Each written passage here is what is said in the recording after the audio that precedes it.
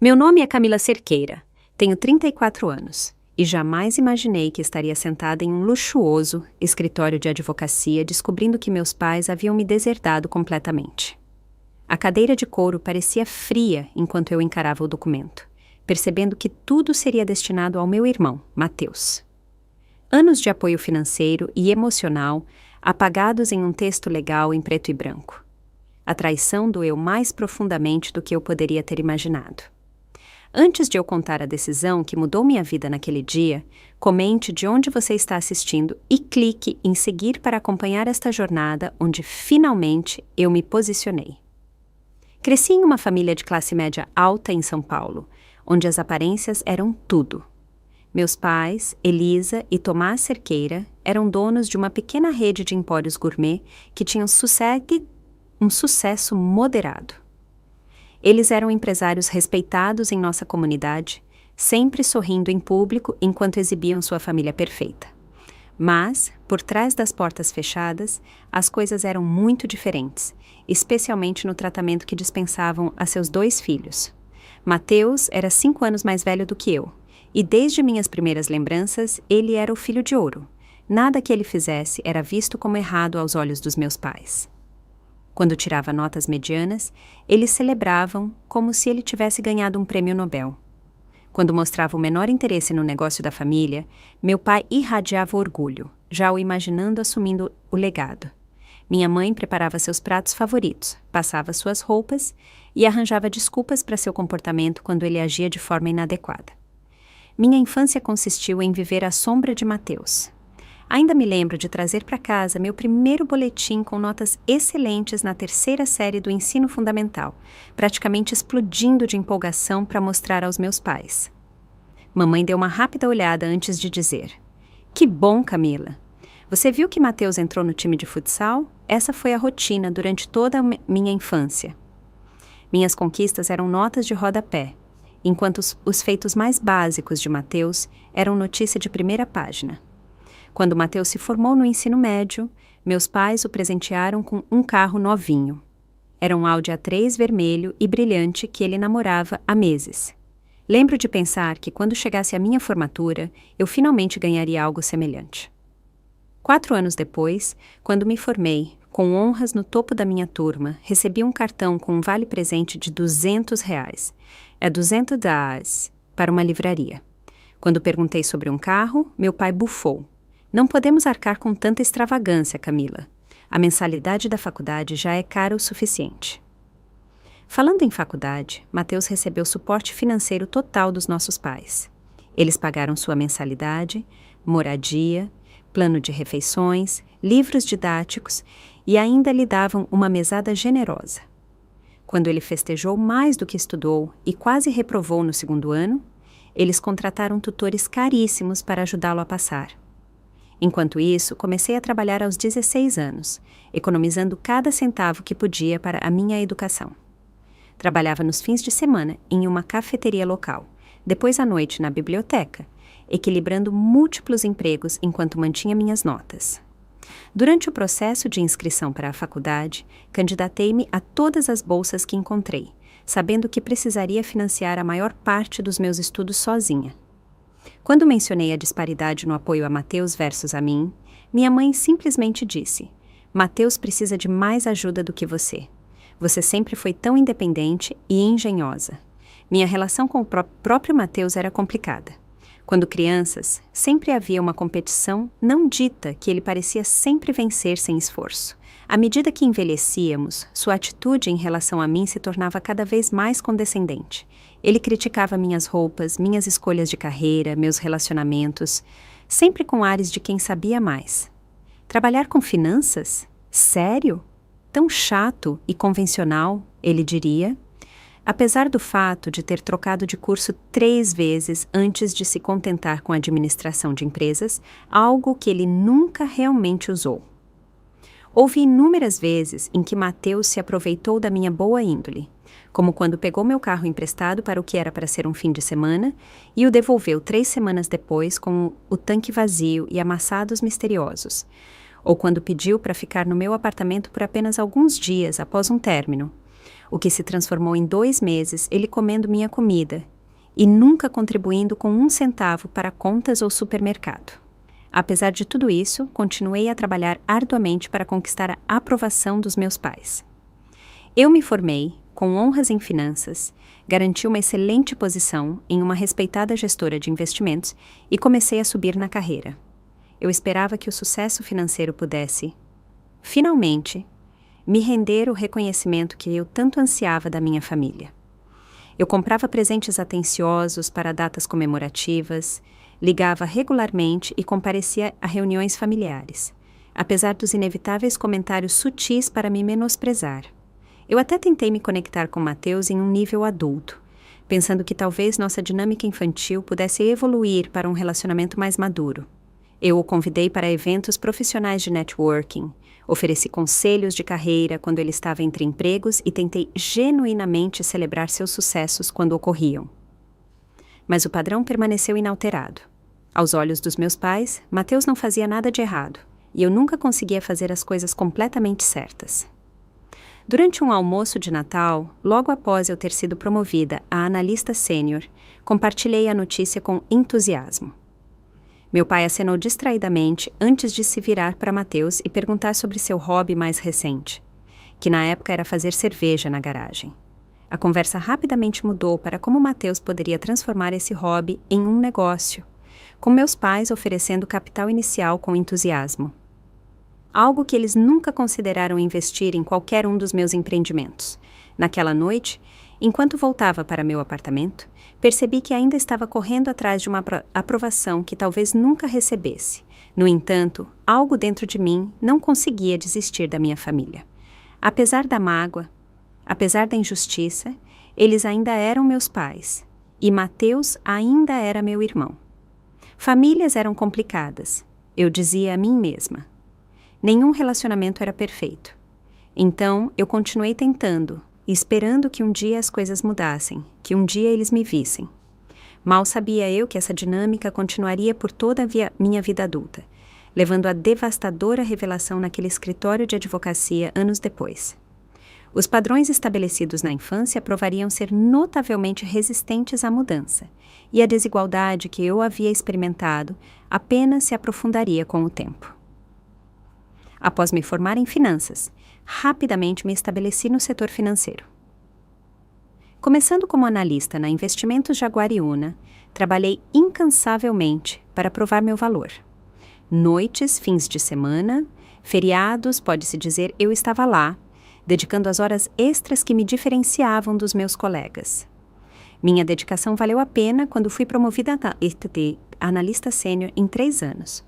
Uma trajetória que geralmente levava 5 ou mais anos para os outros alcançarem. Quando completei 29 anos, eu havia subido para gerente de portfólio, supervisionando milhões de reais em ativos de clientes. Minha reputação por estratégias de investimento astutas e relacionamentos excepcionais com clientes me rendeu bônus substanciais e o respeito de veteranos do setor. Eu construí o tipo de carreira que a maioria dos formados em finanças sonha e fiz isso inteiramente por mérito próprio. Enquanto minha vida profissional prosperava, mantive laços estreitos com minha família, apesar do favoritismo contínuo. Quando a crise financeira de 2008 atingiu, o negócio dos meus pais sofreu significativamente. As pessoas cortaram os itens gourmet, focando no essencial. Seus empórios, antes cheios de clientes dispostos a pagar preços premium, ficaram mais silenciosos. As vendas despencaram e eles lutaram para manter as 3 lojas abertas. Certa noite, recebi um telefonema angustiado da minha mãe. Camila, detesto pedir isso, mas estamos com problemas para pagar a hipoteca este mês. O negócio está muito lento e tivemos que usar nossas economias para manter as lojas funcionando. Sem hesitar, transferi R$25 mil, 25 mil dólares, para a conta deles. Não se preocupe em me pagar de volta imediatamente, eu os tranquilizei. Foque em estabilizar o negócio primeiro. Aquela transferência inicial marcou o começo do que se tornaria um padrão de apoio financeiro meu para meus pais. Nos anos seguintes, eu contribuía regularmente para os pagamentos da hipoteca quando o negócio estava lento. O que começou como uma ajuda ocasional, gradualmente se tornou uma transferência mensal esperada. Eu configurei pagamentos automáticos da minha conta para deles no primeiro dia de cada mês, garantindo que a hipoteca nunca atrasasse. Além disso, paguei as dívidas do cartão de crédito deles 2 vezes, quando atingiram valores esmagadores que totalizavam mais de R$100 mil a $100 mil. Durante esse mesmo período, Mateus passava por suas próprias dificuldades financeiras. Após deixar seu terceiro emprego em 2 anos devido a conflitos de personalidade com a gerência, ele se viu incapaz de pagar o aluguel do seu apartamento. Mais uma vez, eu intervim, cobrindo o aluguel dele por 4 meses, enquanto ele procurava a oportunidade certa. Essa oportunidade certa aparentemente demorou bastante a aparecer, pois ele permaneceu desempregado por quase 1 ano, durante o qual continuei a fornecer assistência financeira. É só temporário, ele me garantiu.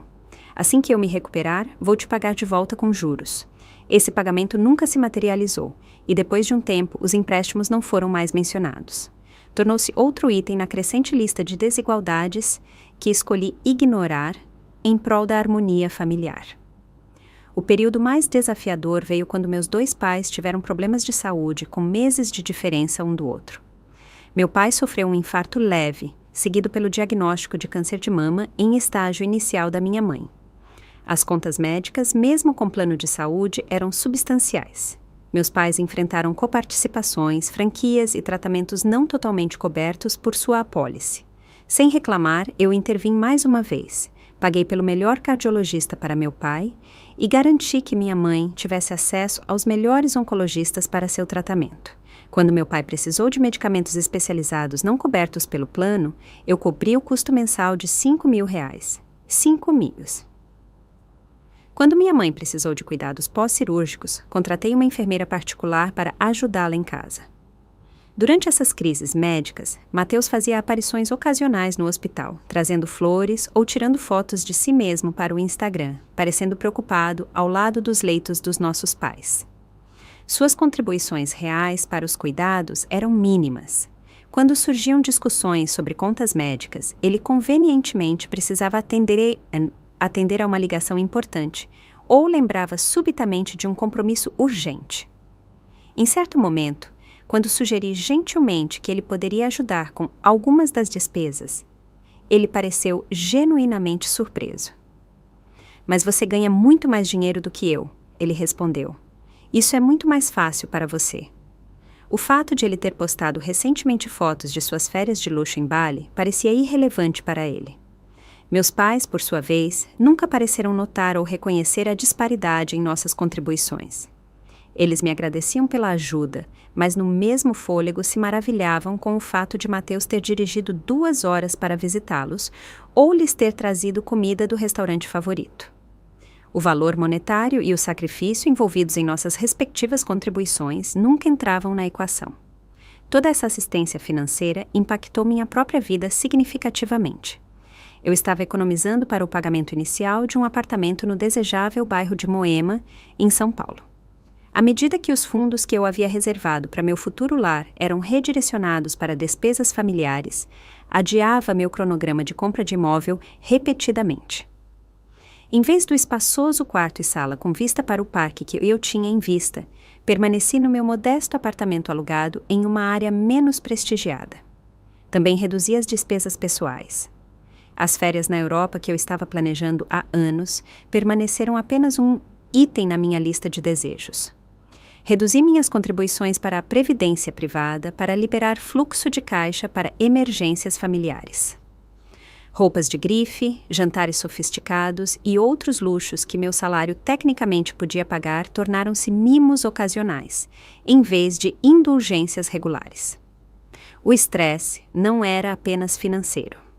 A constante preocupação com a saúde e o negócio dos meus pais, combinada com a frustração de ver Mateus contribuir tão pouco enquanto era tão elogiado, cobrou um preço emocional. Desenvolvi insônia, rangendo os dentes à noite, enquanto me preocupava com as necessidades de todos, menos com as minhas. Meus poucos amigos íntimos notaram as olheiras sob meus olhos, a perda de peso, a maneira como meu sorriso não chegava mais aos meus olhos.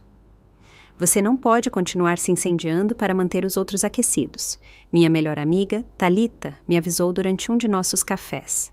Sua família está se aproveitando da sua generosidade e isso não é sustentável. Eu descartei as preocupações dela com um aceno de mão ensaiado. É a minha família, eu disse, como se essa única palavra explicasse e justificasse tudo. Eles fariam o mesmo por mim se eu precisasse. Olhando para trás agora, eu me pergunto se eu realmente acreditava nisso ou se estava simplesmente tentando me convencer. Apesar de todas as evidências em contrário, eu me agarrava à crença de que meus sacrifícios seriam eventualmente reconhecidos e retribuídos, que meus pais um dia olhariam para mim com o mesmo orgulho que dirigiam a Mateus, que meu irmão amadureceria e se tornaria alguém que apreciaria meu apoio e o retribuiria da mesma forma. Seria necessária a chocante revelação no escritório do advogado para finalmente despedaçar essas ilusões e me forçar a confrontar a dolorosa verdade sobre a dinâmica da minha família. Era uma manhã fresca de outono quando recebi a ligação que, em última análise, mudaria tudo. Eu estava na minha mesa revisando relatórios de investimento trimestrais quando meu telefone vibrou com um número local desconhecido. Normalmente, eu teria deixado cair na caixa postal, mas algo me impeliu a atender. É Camila Cerqueira? A voz era profissional e medida.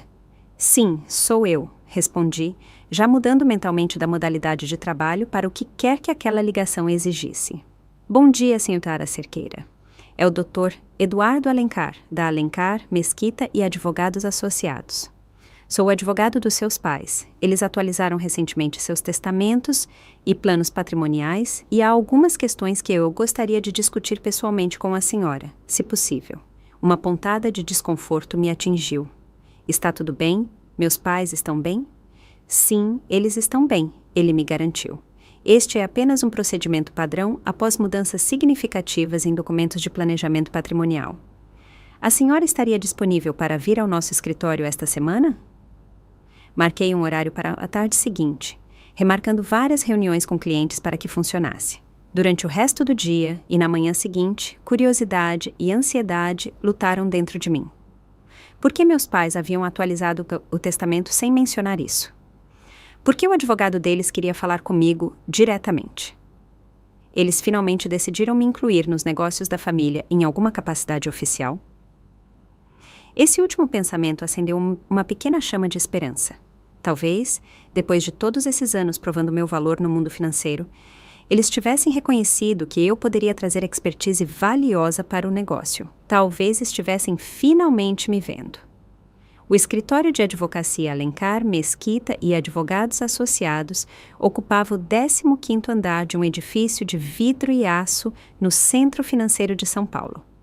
A área de recepção apresentava assentos de couro, arte abstrata e arranjos de flores frescas que provavelmente custavam mais do que muitas pessoas gastavam em supermercado por semana. Gritava dinheiro antigo e discrição. Exatamente o tipo de firma que meus pais selecionariam para cuidar de seus assuntos.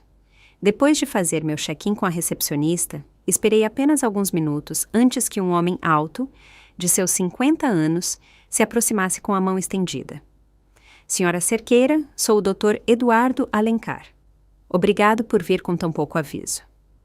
Ele me levou por um corredor até uma sala de conferências, em vez de um escritório pessoal, o que me pareceu incomum, mas não alarmante. A sala tinha uma grande mesa de mogno, cercada por 8 cadeiras, embora apenas 2 lugares estivessem arranjados com copos de água, blocos de notas e canetas. O horizonte do centro da cidade servia de cenário através das janelas do chão ao teto. Por favor, sente-se, o Dr. Alencar gesticulou para um dos lugares preparados. Enquanto eu me ajeitava na cadeira, notei uma pasta grossa sobre a mesa à sua frente.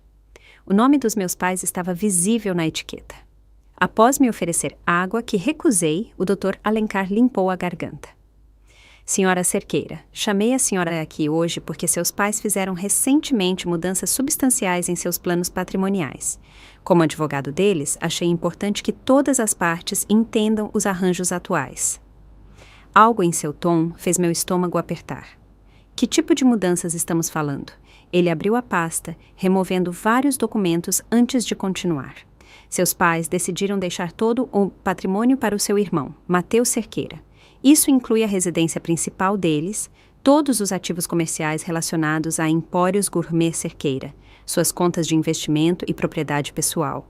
As palavras me atingiram como golpes físicos, cada uma delas aterrissando com força impressionante. Fiquei ali, momentaneamente incapaz de falar ou até mesmo pensar com clareza. Eu não entendo. Deve haver algum engano, eu finalmente consegui dizer. A expressão do Dr. Alencar continha algo que parecia desconfortavelmente com pena. Receio que não haja engano, Sra. Cerqueira. Os documentos são bem claros e legalmente vinculativos. Seus pais estavam em pleno juízo quando tomaram essas decisões. Mas por que eles fariam isso? Eles explicaram o raciocínio deles? Minha voz soava distante, como se pertencesse a outra pessoa.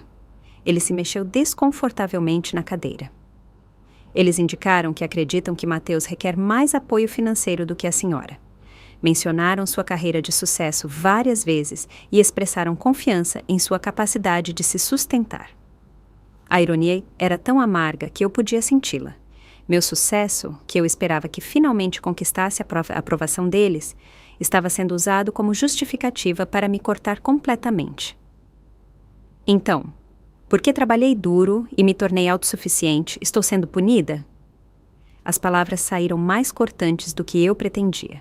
Eu não caracterizaria isso como punição. O Dr. Alencar respondeu diplomaticamente. O planejamento patrimonial é uma decisão pessoal e os indivíduos têm o direito legal de distribuir seus ativos como acharem adequado, mesmo quando essas decisões desconsideram completamente anos de apoio financeiro fornecido por um dos filhos? Eu rebati, sentindo o calor subir nas minhas bochechas. Ele olhou para suas anotações, claramente desconfortável. Eu entendo que isso deve ser difícil de ouvir. A senhora gostaria de um momento? Eu balancei a cabeça, determinada a manter a compostura na frente daquele estranho. Não, estou bem. Há mais alguma coisa que eu precise saber? O Dr. Alencar hesitou antes de continuar. Há mais uma coisa. Seus pais nomearam Matheus como seu procurador para cuidados de saúde e procurador legal caso se tornem incapacitados. Outro golpe, outra exclusão. Eu não apenas era considerada indigna de qualquer herança, mas também não teria voz em seus cuidados médicos ou decisões financeiras se eles se tornassem incapazes de gerenciar seus assuntos. Entendi, eu disse, minha voz anormalmente calma. E Matheus estava ciente dessas mudanças antes de hoje? Um lampejo de algo cruzou o rosto do advogado, confirmação suficiente antes mesmo de ele falar. Sim, ele foi consultado durante o processo. Então Matheus soubera o tempo todo, provavelmente até incentivado, e ninguém havia pensado em me mencionar nada disso até depois que os documentos foram assinados e arquivados. Há mais alguma coisa, Dr. Alencar? Eu perguntei, pegando minha bolsa e me preparando para levantar. Apenas isto, ele disse, deslizando um cartão de visitas pela mesa. Se a senhora tiver alguma dúvida sobre os aspectos legais da situação, não hesite em me contatar. Peguei o cartão automaticamente, embora soubesse que nunca ligaria. Qual seria o sentido? As decisões haviam sido tomadas, os documentos assinados. Minha exclusão era completa e aparentemente irreversível. Enquanto descia de elevador para o hall de entrada, sentia-me estranhamente dormente. O choque inicial estava dando lugar a uma percepção fria e clara de que eu havia me iludido por anos. Todos os meus esforços, todo o meu apoio, todas as minhas tentativas desesperadas de conquistar a aprovação dos meus pais não tinham resultado em nada. No final, eu ainda era a filha menos valorizada, ainda indigna da menor consideração. Ao sair para a calçada movimentada, peguei meu telefone e vi 3 chamadas perdidas de Matheus. A notícia viajava rápido, aparentemente. Eu as ignorei, deslizando o telefone de volta para o bolso, enquanto começava a caminhar de volta para o meu escritório. Eu precisava de tempo para processar o que havia acontecido, para descobrir o que isso significava para meu relacionamento com minha família daqui para frente. Mas uma coisa estava ficando cada vez mais clara. A cada passo, algo fundamental havia mudado dentro de mim naquele dia. E não haveria como voltar a ser como era antes. Depois de deixar o escritório do advogado, vaguei pelas ruas de São Paulo por horas, mal percebendo para onde estava indo. Meu telefone continuava a vibrar com ligações e mensagens de Mateus, mas eu não conseguia responder. Ainda não. Eu precisava entender o que havia acontecido, dar sentido a essa traição antes de confrontá-lo. Quando finalmente voltei para o meu apartamento naquela noite, encontrei Mateus esperando do lado de fora da minha porta. Ele estava encostado na parede, mexendo no celular, parecendo completamente tranquilo com os acontecimentos do dia. "Aí está você", ele disse, como se estivéssemos nos encontrando para um almoço casual. "Estava tentando te ligar o dia todo." "Há quanto tempo você sabia?" Eu perguntei, ignorando qualquer saudação. Mateus teve a decência de parecer levemente desconfortável, mas passou rapidamente. "Sobre o testamento?" "Alguns meses. Mamãe e papai queriam minha opinião sobre alguns detalhes." "E você não achou que eu merecia saber?" Destranquei minha porta, debatendo se deveria deixá-lo entrar ou não. No final, eu me afastei, decidindo que era melhor ter essa conversa em particular do que no corredor. "Eu imaginei que eles te contariam quando estivessem prontos." Ele encolheu os ombros, me seguindo para dentro. "Ou que o advogado faria isso, o que ele obviamente fez." Eu larguei minha bolsa e me virei para encará-lo. "Por que, Mateus? Por que tudo para você e que nada para mim?" Ele se jogou no meu sofá, se ajeitando como se fosse dono do lugar. A maneira casual como ele espalhou os braços sobre o encosto do sofá, com as pernas esticadas à sua frente, apenas alimentou minha crescente raiva. "Olha, Cami, é lógico. Você tem essa carreira chique, ganha salário de 6 dígitos. Você sempre foi a independente, não é? Sempre tão orgulhosa de fazer tudo por conta própria." O tom dele era condescendente, como se estivesse explicando algo óbvio para uma criança. "Eu ainda estou tentando me estabilizar. O negócio precisa de alguém que esteja totalmente comprometido, não alguém que já está estabelecida em outro lugar." "Então, meu sucesso está sendo usado contra mim, enquanto sua incapacidade de manter um emprego está sendo recompensada?" Eu não consegui esconder a incredulidade na minha voz. A expressão de Mateus endureceu. "Essa é uma maneira bem desagradável de ver as coisas. Mamãe e papai apenas reconhecem que você não precisa da ajuda deles. Você sempre deixou isso bem claro, não é? Sempre exibindo suas promoções e bônus." "Exibindo? Eu estava tentando deixá-los orgulhosos." As palavras irromperam de mim com força inesperada. "Bem, agora você tem a chance de provar o quão autossuficiente você realmente é", ele disse com um sorriso sarcástico. "Não é isso que você sempre quis? Provar que não precisa de ninguém?" Olhei para ele, de repente vendo com perfeita clareza a narrativa que ele havia construído. A maneira como ele provavelmente a havia apresentado aos nossos pais. Na versão dele, eu não era a filha solidária que ajudou a manter a família à tona durante tempos difíceis. Eu era a filha fria, focada na carreira, que valorizava a independência acima dos laços familiares, que ostentava seu sucesso para fazer os outros se sentirem inadequados. "Você sabe que isso não é verdade", eu disse baixinho. "Você sabe o quanto eu ajudei a mamãe e o papai financeiramente ao longo dos anos." Algo brilhou em seu rosto. Culpa, talvez, mas foi rapidamente substituída pela defensiva. "Eles precisavam de ajuda imediata e você podia fornecer. Isso é diferente de planejamento de longo prazo." "Você os encorajou a me desertar completamente?" Eu perguntei, precisando saber exatamente quão ativo havia sido o papel dele. Mateus se levantou de repente, menos confortável com a conversa. "Eu não te cortei de nada. Eles tomaram as próprias decisões. Depois de consultar você, insisti. Eles pediram minha opinião e eu dei", ele admitiu. "O negócio precisa de consistência, alguém que esteja totalmente comprometido. Você fez sua escolha de seguir sua carreira em outro lugar." A audácia do raciocínio dele me deixou momentaneamente sem palavras. Minha escolha de seguir uma carreira tinha sido uma necessidade pelo fato de meus pais terem investido tudo em Mateus e nada em mim.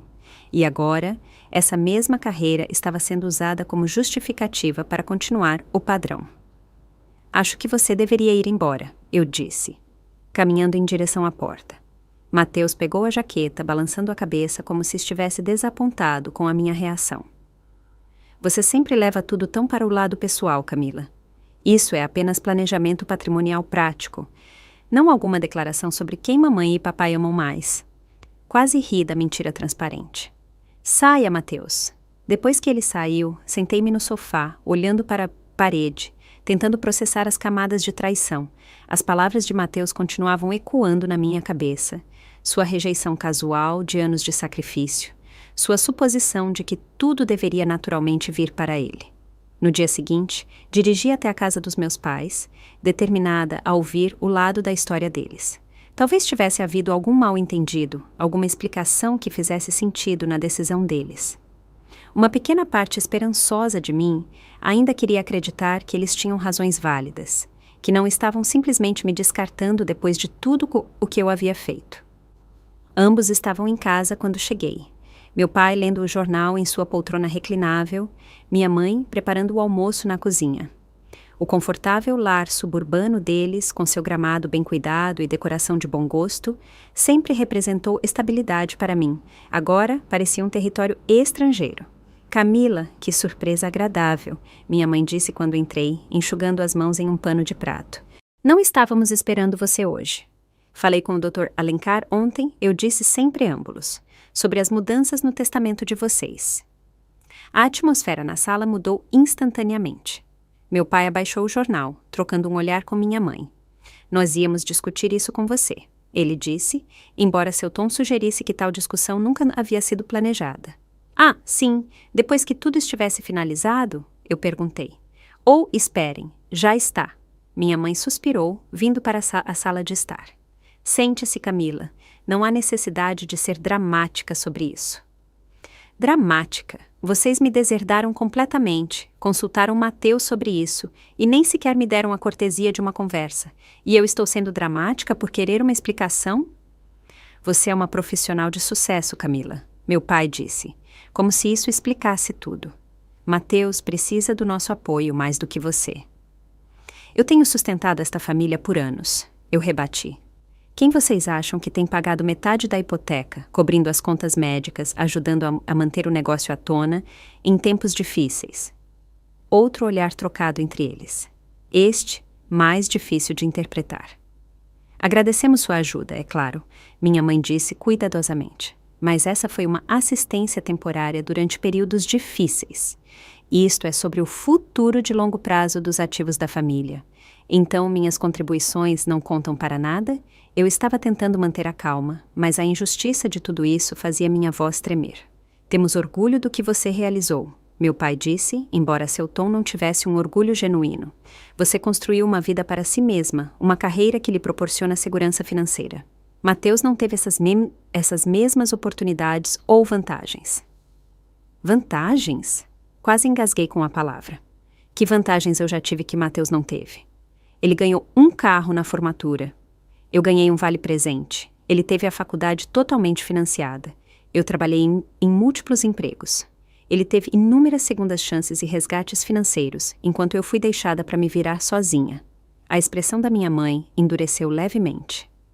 Você sempre foi tão independente, Camila, sempre insistindo em fazer as coisas do seu jeito. Mateus entende o valor do legado familiar. Ele quer continuar o que seu pai e eu construímos. O subtexto era claro. Mateus, apesar de seus fracassos, era leal à visão da família. Eu, apesar das minhas contribuições, era uma forasteira que havia se escolhido um caminho diferente. E vocês ainda esperam que eu continue a apoiá-los financeiramente? Eu perguntei, lembrando das transferências automáticas configuradas da minha conta para a deles. Eles tiveram a decência de parecerem levemente desconfortáveis com isso, mas meu pai se recuperou rapidamente. Presumimos que você gostaria de ajudar sua família, independentemente de questões de herança. É isso que a família faz. A hipocrisia era impressionante. Família ajuda família, exceto quando se tratava de reconhecer minhas contribuições ou me incluir em seus planos futuros. Quando eu estava saindo, ainda atordoada com a conversa, notei um arquivo no escritório da casa deles que estava ligeiramente entreaberto. Algo me impeliu a olhar lá dentro, e o que encontrei me deixou fria. Havia uma pasta documentando meticulosamente cada contribuição financeira que eu havia feito ao longo dos anos. Cada transferência, cada conta paga. Ao lado dela estava outra pasta contendo documentos de investimento que mostravam como eles haviam usado parte das minhas contribuições, não apenas para despesas, mas para financiar novas oportunidades de negócios para Mateus. Oportunidades que haviam falhado repetidamente. Fotografei vários desses documentos com meu celular, mal acreditando no que estava vendo. Eles estavam usando sistematicamente meu apoio financeiro para investir no futuro de Mateus, enquanto me excluíam deliberadamente do próprio planejamento patrimonial. Não era apenas favoritismo, era exploração calculada. O peso total da traição desabou sobre mim em ondas. Anos de memórias voltaram, recontextualizadas por esse novo entendimento. As vezes em que pulei férias para ajudá-los a pagar a folha de pagamento, as contribuições para a previdência privada que reduzi para cobrir despesas médicas, a casa que eu ainda não havia comprado porque grande parte das minhas economias tinha ido para manter a casa, o negócio e as vidas deles à tona. E tudo isso enquanto planejavam não me deixar nada, consultando Mateus pelas minhas costas, posicionando-o para herdar os mesmos ativos que eu havia ajudado a preservar. A raiva que surgiu em mim, então, era diferente de tudo que eu havia experimentado antes.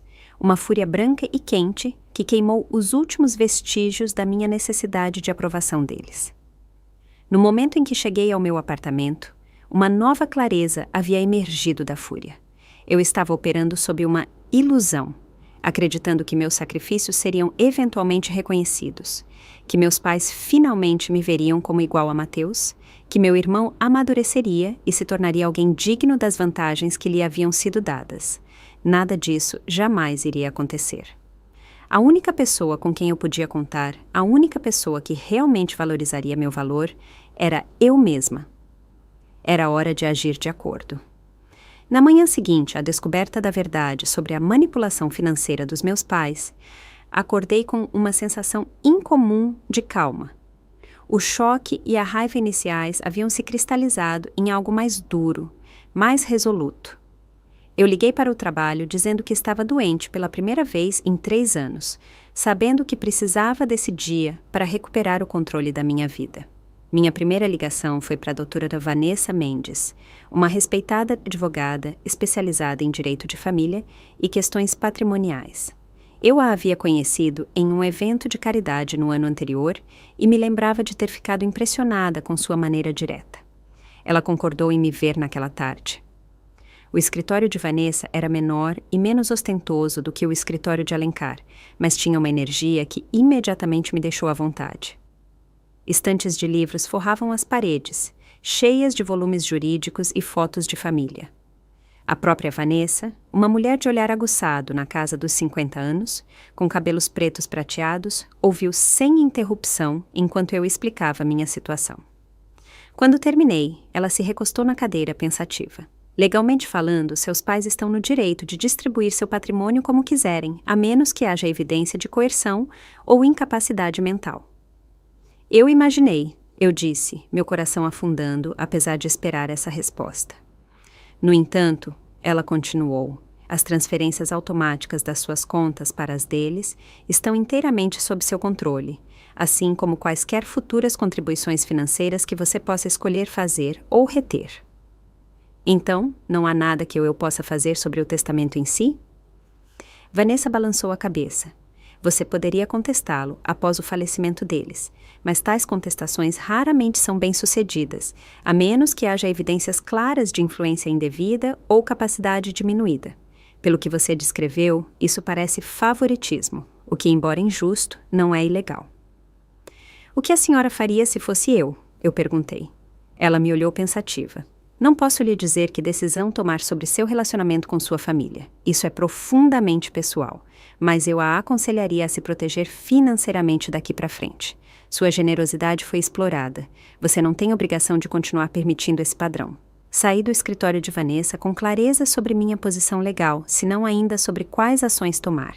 Minha próxima parada foi ver Diego Santos, o consultor financeiro que me ajudava a navegar pelos meus investimentos desde que recebi meu primeiro bônus significativo.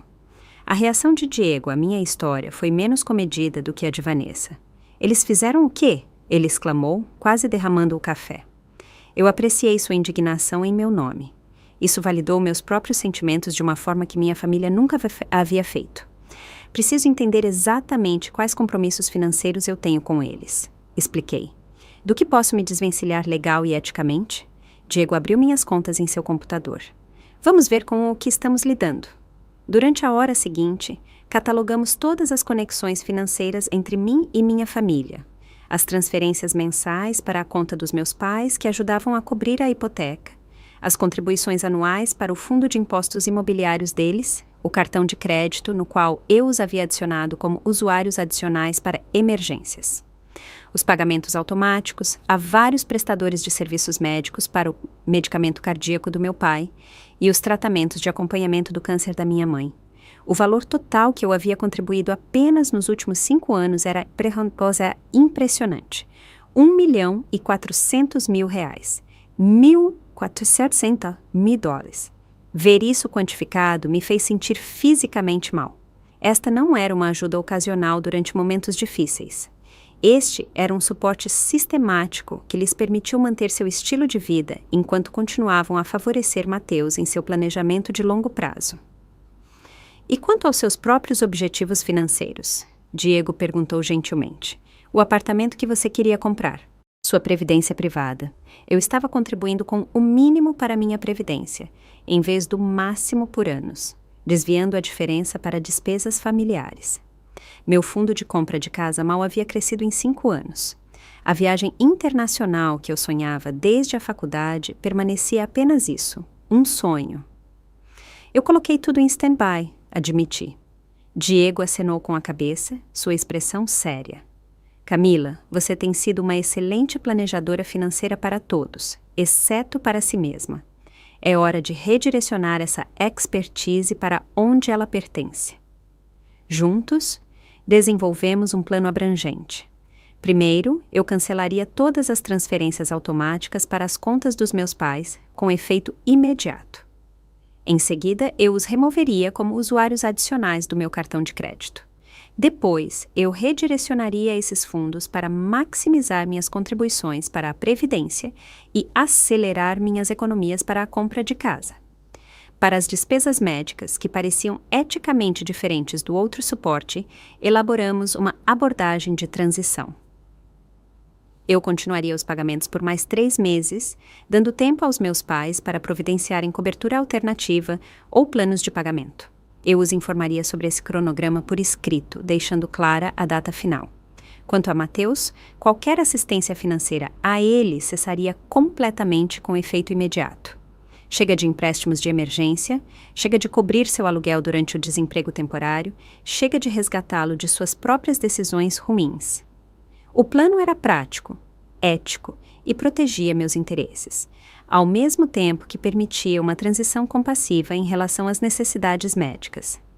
Era, nas palavras de Diego, autocuidado financeiro, não egoísmo.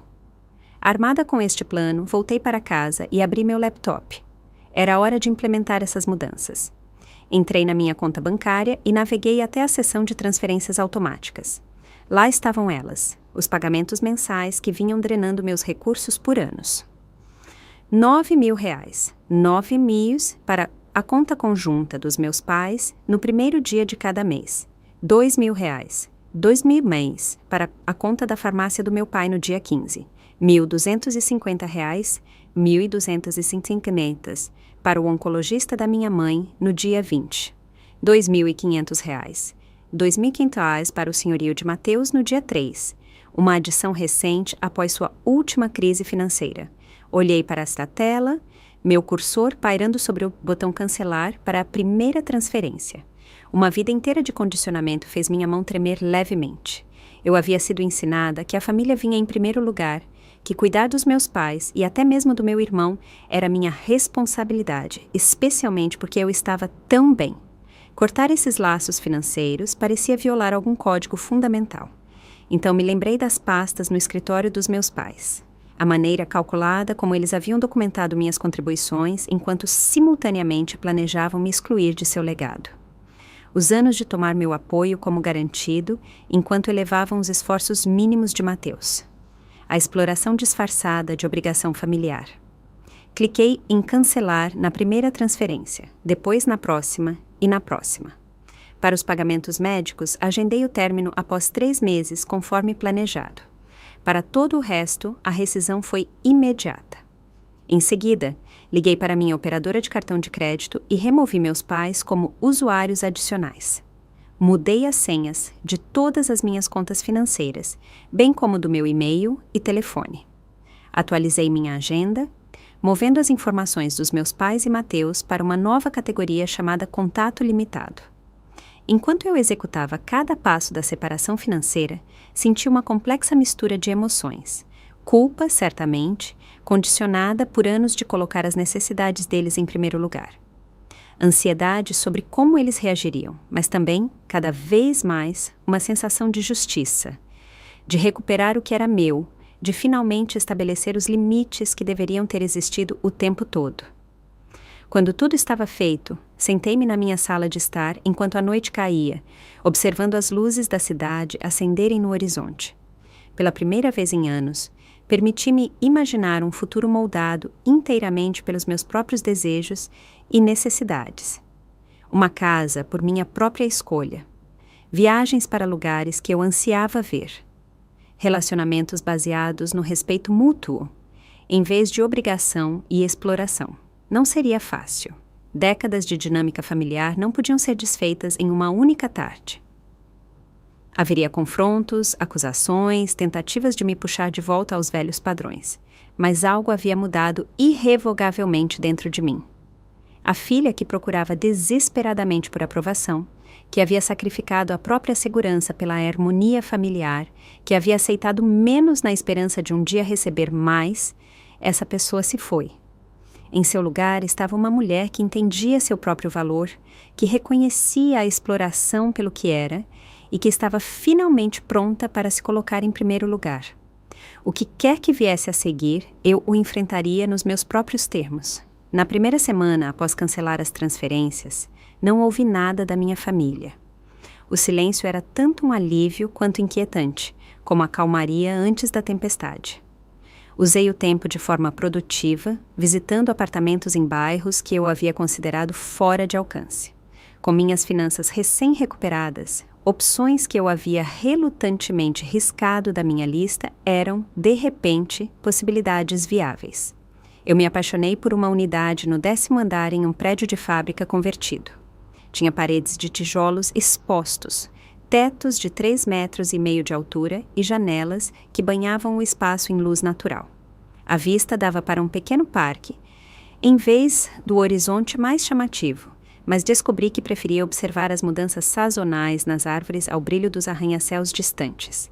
Parecia uma metáfora para a mudança nas minhas próprias prioridades, das aparências para a substância. Depois que minha oferta foi aceita, eu me dediquei a planejar um espaço. Cores de tinta, arranjos de móveis, arte para as paredes. Criei planilhas detalhadas para despesas de mudança e orçamentos de decoração, aplicando minha expertise financeira à minha própria vida pela primeira vez. À noite, eu me reconectava com amigos que havia negligenciado enquanto atendia às demandas da família. Thalita, que me avisara por anos sobre o tratamento da minha família, foi particularmente solidária, ajudando-me a fazer compras para o meu novo lugar e oferecendo um ouvido amigo quando as dúvidas surgiam. "Você parece diferente", ela comentou durante um brunch de domingo, cerca de 3 semanas após a minha decisão. Mais relaxada, de alguma forma. Como se tivesse largado uma mochila pesada que vinha carregando por anos. Percebi que ela estava certa. A constante ansiedade de fundo de esperar pela próxima crise familiar, a próxima demanda financeira, havia desaparecido. Eu estava dormindo melhor, comendo melhor, até mesmo andando mais ereta. As manifestações físicas do estresse com as quais eu convivera por tanto tempo estavam gradualmente desaparecendo. Fazia exatamente 1 mês, o dia exato em que eu havia cancelado as transferências, quando meu telefone acendeu com uma mensagem de texto da minha mãe. Apenas 3 palavras. Hipoteca venceu. Olhei para uma mensagem, sentindo o familiar puxão da obrigação surgir, seguido por uma onda de ressentimento. Nenhuma pergunta sobre como eu estava, Nenhum reconhecimento de que as transferências haviam parado, apenas uma demanda implícita disfarçada de declaração de fato. Naquele momento, entendi completamente o quão unilateral nosso relacionamento havia se tornado. Eu era valorizada não pelo que eu era, mas pelo que eu podia fornecer. Meu valor para eles era medido em reais, em contas pagas e problemas resolvidos. A revelação foi dolorosa e libertadora. Meus polegares pairaram sobre a tela enquanto eu considerava como responder. No passado, eu teria arranjado imediatamente a transferência. Talvez com uma mensagem de desculpas por ter esquecido. Eu poderia até ter adicionado um extra para compensar o atraso, desesperada para manter a paz, para ser a boa filha. Mas essa era a velha Camila. A nova respirou fundo e digitou 2 palavras simples. Não é minha. Depois de enviar a mensagem, desliguei meu telefone e fui dar um longo passeio pelo parque perto da minha futura casa. O ar de outono estava fresco, folhas em tons vibrantes de vermelho e dourado flutuando ao meu redor. Pela primeira vez na memória, senti-me verdadeiramente presente. Não calculando mentalmente obrigações familiares ou me preocupando com a próxima crise, apenas vivenciando o momento plena e completamente. Quando voltei para casa e liguei meu telefone, ele explodiu com notificações. 5 chamadas perdidas da minha mãe, 3 do meu pai, 7 mensagens de texto de urgência e acusação crescentes. Uma mensagem de voz de Mateus que começava com: "O que diabos você pensa que está fazendo?"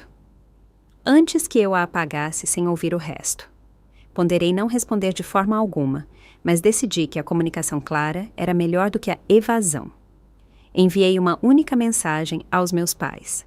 Ligarei amanhã às 19 horas para discutir as mudanças em nosso relacionamento financeiro. Na noite seguinte, exatamente às 19 horas, liguei. Minha mãe atendeu no primeiro toque, a voz tensa com raiva mal contida. "O que está acontecendo, Camila? O pagamento da hipoteca foi devolvido. O banco nos ligou. Foi humilhante." Nenhuma saudação. Nenhuma preocupação sobre por que eu poderia ter parado as transferências. Apenas o foco imediato no impacto para eles. Eu fiz algumas mudanças nos meus compromissos financeiros. Eu disse, mantendo minha voz firme. Não vou mais contribuir para as despesas domésticas. "O que você quer dizer com mudanças?" A voz do meu pai cortou, indicando que eu estava no viva voz. "Nós estávamos contando com esse dinheiro." "Sim, vocês estavam contando com o dinheiro da filha que deserdaram completamente no testamento." Eu respondi, surpresa com a minha própria calma. A filha que aparentemente não merece nenhuma consideração no planejamento patrimonial de vocês, apesar de anos de apoio financeiro. Um breve silêncio se seguiu, então o tom defensivo da minha mãe. "Isso não tem nada a ver com isso. O testamento é sobre o futuro. Isso é sobre nossas necessidades atuais." "Tem tudo a ver com isso," eu rebati.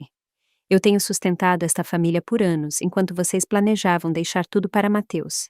Recentemente, descobri que vocês até usaram minhas contribuições financeiras para investir em oportunidades para ele. Isso para agora." "Nós somos seus pais," meu pai disse, como se esse fato sozinho lhes desse direito a apoio ilimitado. "Você não pode simplesmente nos cortar." "Não estou cortando vocês por maldade," expliquei.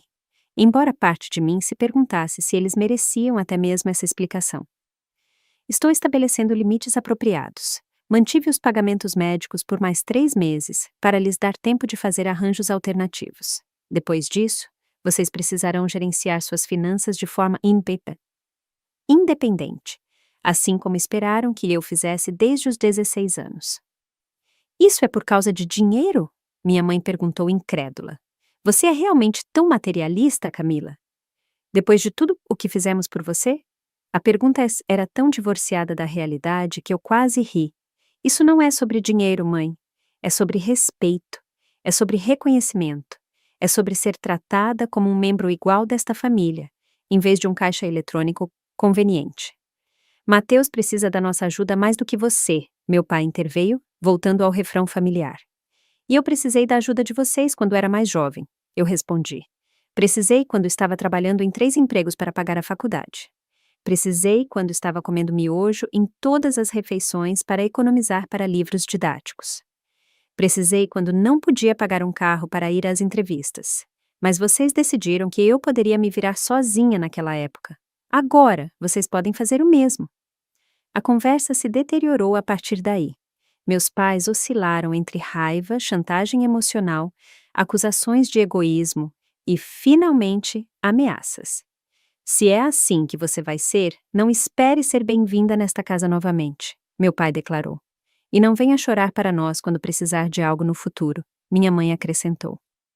Eu havia antecipado essa reação, havia me preparado para ela, mas ainda doeu. Não porque eu temesse perder o apoio deles, que sempre foi condicional e limitado, mas porque confirmou o quão transacional o amor deles por mim sempre fora. Eu entendo, eu disse simplesmente. Espero que um dia possamos construir um relacionamento mais saudável. Até então, preciso me concentrar no meu próprio bem-estar. Após encerrar a ligação, fiquei sentada em silêncio por um longo tempo, processando a finalidade do que acabara de ocorrer. A ruptura não era apenas financeira. Era emocional, psicológica, talvez até permanente. Eu havia cruzado uma linha que não podia ser descruzada, desafiado uma dinâmica familiar que havia sido estabelecida décadas atrás. No dia seguinte, Mateus apareceu no meu escritório, causando uma cena na área de recepção até que eu concordasse em falar com ele. Seu rosto estava vermelho de raiva enquanto ele me seguia para uma pequena sala de conferências. O que diabos você está tentando provar? Ele exigiu sem preâmbulo. Mamãe e papai estão devastados. O banco está ameaçando entrar com o pedido de execução hipotecária se eles perderem outro pagamento. Isso parece um problema para vocês três resolverem juntos, eu respondi, mantendo a compostura apesar da agressão dele. Assim como os problemas que eu tive que resolver sozinha todos esses anos. Isso é diferente. Eles estão mais velhos agora. Eles precisam de apoio. E eles têm outro filho, eu apontei. Um que herdará tudo o que eles possuem. Talvez esse filho devesse se manifestar. A expressão de Mateus mudou. Desconforto, substituindo brevemente a raiva. Você sabe que minha situação não está estável agora. Eu não posso ajudar eles da maneira que você pode. Então, talvez você deva reconsiderar aceitar uma herança que vem com responsabilidades financeiras significativas, sugeri. Se você não está preparado para ajudar a manter os ativos deles agora, como você os administrará depois que eles se forem? Ele não tinha resposta para isso. Apenas mais acusações e chantagens emocionais, ecoando as táticas dos nossos pais. Quando percebeu que eu não seria persuadida, ele recorreu a ameaças, assim como eles haviam feito. Você vai se arrepender disso, Camila. Quando você tiver afastado a única família que tem, quando estiver sozinha com seu dinheiro e sua carreira chique, você vai desejar ter feito escolhas diferentes. Olhei para o meu irmão. Realmente olhei para ele. Talvez pela primeira vez. A fachada bonita e confiante que havia encantado nossos pais todos esses anos agora parecia frágil, escondendo uma profunda insegurança. Ele havia recebido todas as vantagens, toda a preferência, todo o benefício da dúvida, e ainda assim estava diante de mim, com raiva porque a irmã que ele havia ajudado a excluir não estava mais disposta a subsidiar seu tratamento preferencial. Posso estar sozinha, Mateus, mas pelo menos estarei de pé, por conta própria, não vivendo dos sacrifícios dos outros enquanto finjo ser autossuficiente. Depois que ele saiu, recebi uma enxurrada de mensagens e ligações de parentes e amigos da família, todos claramente tendo ouvido uma versão unilateral dos eventos. Eu fui pintada como a filha insensível que havia abandonado seus pais idosos, a mulher de carreira fria que valorizava o dinheiro acima da família. Algumas mensagens eram suplicantes, pedindo-me que reconsiderasse em prol da harmonia familiar. Outras eram acusatórias, expressando decepção com a pessoa que eu havia me tornado. Respondi a cada uma com a mesma mensagem cuidadosamente elaborada. Obrigado pela preocupação. Este é um assunto privado entre mim e minha família imediata. Tomei decisões necessárias para o meu bem-estar após anos de apoio financeiro à minha família, sendo sistematicamente excluída do planejamento familiar de longo prazo. Espero que vocês possam respeitar que existem múltiplos pontos de vista nesta situação. Alguns responderam com compreensão, outros com mais críticas. Alguns simplesmente pararam de se comunicar completamente. Reconheci que estava sendo testada, que essas eram as consequências de me posicionar em um sistema familiar que nunca havia valorizado minha autonomia ou igualdade. Em tudo isso, mantive-me firme na minha decisão, lembrando a mim mesma, diariamente, que limites saudáveis não eram egoísmo, que a independência financeira não era abandono, que esperar respeito recíproco não era irracional. A velha culpa ainda surgia ocasionalmente, mas com frequência e poder decrescentes. Certa noite, cerca de 6 semanas após o confronto inicial, meus pais chegaram sem aviso ao meu apartamento. Pareciam cansados, mais velhos de alguma forma, como se as semanas anteriores os tivessem envelhecido visivelmente. Meu primeiro instinto foi de preocupação, seguido imediatamente por cansaço. Convidei-os a entrar, mas permaneci em pé, sem querer me acomodar no que poderia se tornar uma longa manipulação emocional. Queremos conversar sobre o que aconteceu, minha mãe começou, a voz mais suave do que durante nosso telefonema. Sentimos que houve mal-entendidos de ambos os lados. Estou ouvindo, eu disse, nem concordando nem discordando da caracterização dela. O que se seguiu não foi o pedido de desculpas ou reconhecimento que eu poderia ter esperado, mas uma tentativa mais sutil de restabelecer a antiga dinâmica. Eles reconheceram que talvez tivessem tomado minha ajuda como garantida, mas rapidamente mudaram para o quão difíceis as coisas haviam se tornado sem o meu apoio. Mencionaram ter que reduzir o estilo de vida, o constrangimento de pedir empréstimos a amigos, a pressão sobre a saúde deles. Não estamos ficando mais jovens, Camila, meu pai disse. É assim mesmo que você quer que as coisas fiquem entre nós? Respirei fundo, reunindo meus pensamentos antes de responder. Este era o momento em que a velha Camila teria cedido. Teria concordado em retomar o apoio em troca de vagas promessas de apreço que nunca se materializariam. Mas essa versão de mim se foi. Eu quero um relacionamento com vocês baseado no respeito mútuo e no amor, não em transações financeiras. Eu disse cuidadosamente. Quero ser valorizada pelo que sou, não pelo que posso fornecer. Quero a mesma consideração e apoio que vocês sempre deram a Mateus. Nós valorizamos você, minha mãe protestou. Sempre tivemos orgulho da sua independência. Independência não deveria significar exclusão, eu rebati. E orgulho não deveria ser condicional ao que eu posso fazer por vocês. Conversamos por mais 1 hora, circulando os mesmos pontos sem resolução real. Eles não podiam ou não queriam reconhecer a desigualdade fundamental na forma como haviam tratado seus filhos. Nem podiam aceitar que meu apoio financeiro não estava mais disponível sem mudanças significativas na dinâmica do nosso relacionamento. No final, eles foram embora com a situação não resolvida, o futuro do nosso relacionamento incerto. Ao fechar a porta de atrás deles, senti uma profunda mistura de tristeza e alívio. Tristeza pelos pais que eu desejei a vida toda, mas que nunca tive de verdade. Alívio por estar finalmente livre do ciclo de dar sem receber, de amar sem ser totalmente amada em troca. O que quer que acontecesse em seguida, eu sabia que havia feito o que era necessário, não apenas para o meu bem-estar financeiro, mas também para a minha saúde emocional e psicológica. O caminho à frente poderia ser solitário às vezes, mas era o meu para trilhar, nos meus próprios termos. Os primeiros meses, após estabelecer limites com minha família, foram os mais difíceis. Apesar de saber que havia tomado a decisão certa, havia noites em que eu ficava acordada, revivendo conversas na minha mente, questionando se tinha sido muito dura, muito absoluta na minha posição. Velhos hábitos de culpa e autodúvida surgiam regularmente, particularmente durante feriados e aniversários de família, que agora eu passava sozinha ou com amigos, em vez de parentes. A raiva que eu havia sentido inicialmente forneceu uma certa clareza e força, mas à medida que diminuía gradualmente, emoções mais complicadas tomavam seu lugar. Luto pela família que eu pensei que tinha ou esperava que pudesse ter. Confusão sobre minha identidade fora do papel de provedora e pacificadora da família. Medo de que talvez Mateus estivesse certo.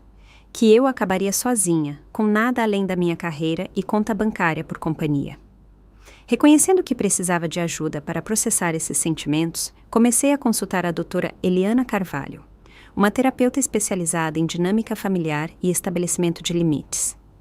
Nossas sessões semanais se tornaram uma âncora, um espaço seguro para examinar os padrões que haviam moldado minha vida e desenvolver maneiras mais saudáveis de me relacionar comigo mesma e com os outros.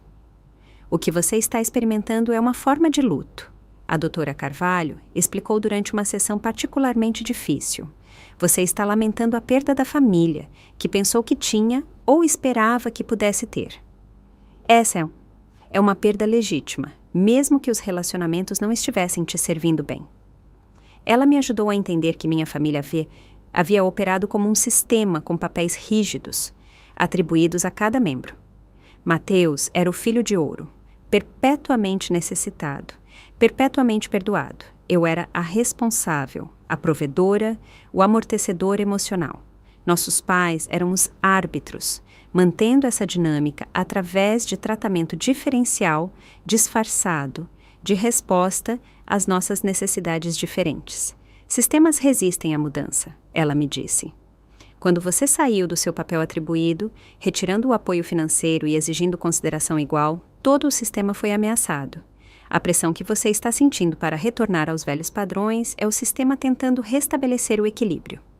Entender a mecânica da dinâmica familiar ajudou intelectualmente, mas o trabalho emocional foi mais difícil. Eu tive que desaprender a crença de que meu valor estava ligado ao que eu podia fazer pelos outros. Eu tive que reconhecer que o esforço constante para ganhar aprovação através da realização e do sacrifício era uma resposta ao amor condicional, não uma expressão saudável de afeto. O mais desafiador de tudo foi confrontar a possibilidade de que meus pais pudessem nunca mudar, pudessem nunca oferecer o reconhecimento e o tratamento igual que eu passei a vida procurando. A aceitação dessa realidade, a doutora Carvalho me garantiu, não era desistir.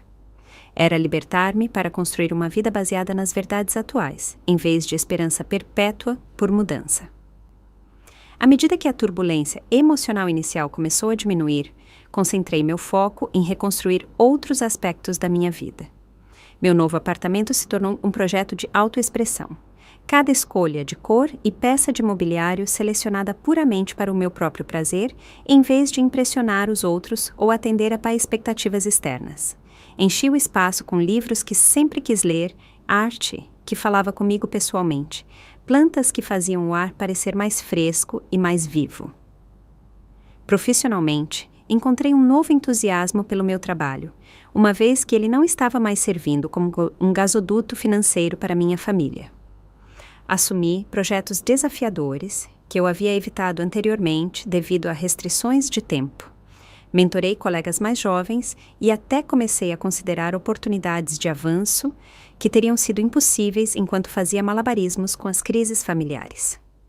6 meses após me mudar para o meu novo lugar, tirei minhas primeiras férias de verdade em anos.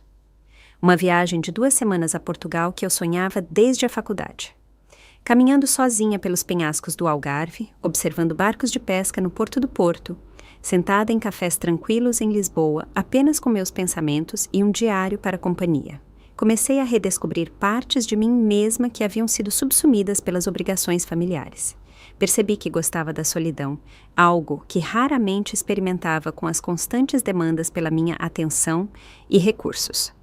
Encontrei prazer em pequenas indulgências pessoais, um café perfeitamente preparado, um livro lido ininterruptamente do começo ao fim, um cochilo à tarde sem despertador para me acordar. Mais importante, descobri que podia estar contente na minha própria companhia, que o medo de acabar sozinha, que havia sido usado como ameaça, era, na verdade, uma promessa de paz. O distanciamento da minha família também me permitiu construir relacionamentos mais profundos e autênticos com outras pessoas, sem ter que correr constantemente para resolver emergências familiares ou gerenciar a dinâmica familiar. Eu tinha tempo e energia emocional para amizades baseadas em cuidado mútuo, em vez de obrigação.